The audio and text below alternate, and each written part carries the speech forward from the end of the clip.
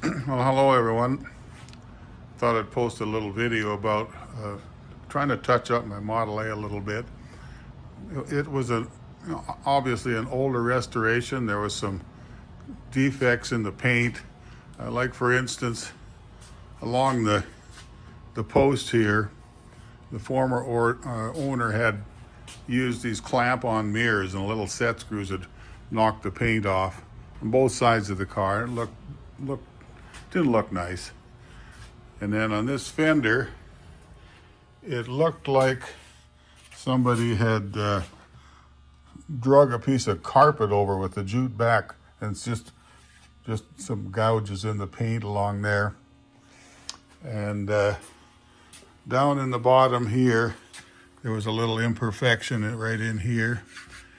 And I didn't like the looks of it. And another one similar over on this side, there was a little rust bubbles down in the bottom, or about a couple of inches up. So I sanded that all out and put some rust inhibitor on it. Yeah, again, on this side here too, there were some chips where the mirror had been and some, oh yeah, well, that was about it. Oh yeah, there was another spot down in here. I guess it was right about here that some filler had broken loose, and you didn't really notice it unless you're looking for it, but I didn't like the looks of that. Up on the top, up in here, there was some cracking. Same on the other side. Just didn't look nice. So I decided, rather than paint the whole car, I would see if I could mask it off in a way that we could fix the small defects without having to go through the whole painting and repinstriping and everything. So how did it turn out? Well, it turned out okay. Although, the paint, I ordered lacquer from Schneider's Model A parts. It's close to the color that was on the car. It's a little bit different. I don't know if you can see. You can see down in here, there's a little bit of difference in it if you look, get the light on it just right. Same with here. You can see how it fades in right here.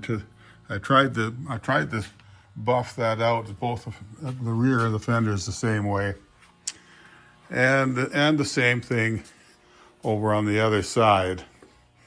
You see a slight difference in the texture of the paint and perhaps the color of black. It's very close. Now here's a well-lit area here. You can see the paint changes right here. You can see I tried to buff that out, but you can see the little bit of difference there. But what I've got now looks way better than all this cracking and stuff along here. It just needed to be repaired properly. And instead of just regular Bondo, I used the old-fashioned JB Weld as filler for the most of it. It's a lot stronger than Bondo, and hopefully won't crack as easily. But that's what we end up with. At some point down the road, I may repaint the whole car, but I think it looks plenty acceptable right now, just the way it is. But I thought I'd give you guys a look at how it turns out to try spot painting. Now, one of the techniques I use is when I would, for instance, okay, let's go to this area here. I basically started my masking and went around like so, but I taped it in a way that the leading edge of the masking paper was raised up, about a half an inch or so from the fender, so that as I sprayed, the paint would slightly feather out underneath the masking paper, rather than having a clear cut edge that you would see. Now, there's one place where I didn't do that. Let's see if we can see it. Let's see, right there. Now, can you see a little difference in the line? There's a line there. You got to really look for it. Oh, there again, right here. You can see the line where the masking tape was. Now you back up a little bit, you don't see it at all. But anyway, that's what I did. Gives you an idea of whether you want to go that way or not when you just want to do some touch-ups to make your car look a little nicer without having to do a whole paint job on it. So anyway, there you go. Hopefully that has proved helpful to you.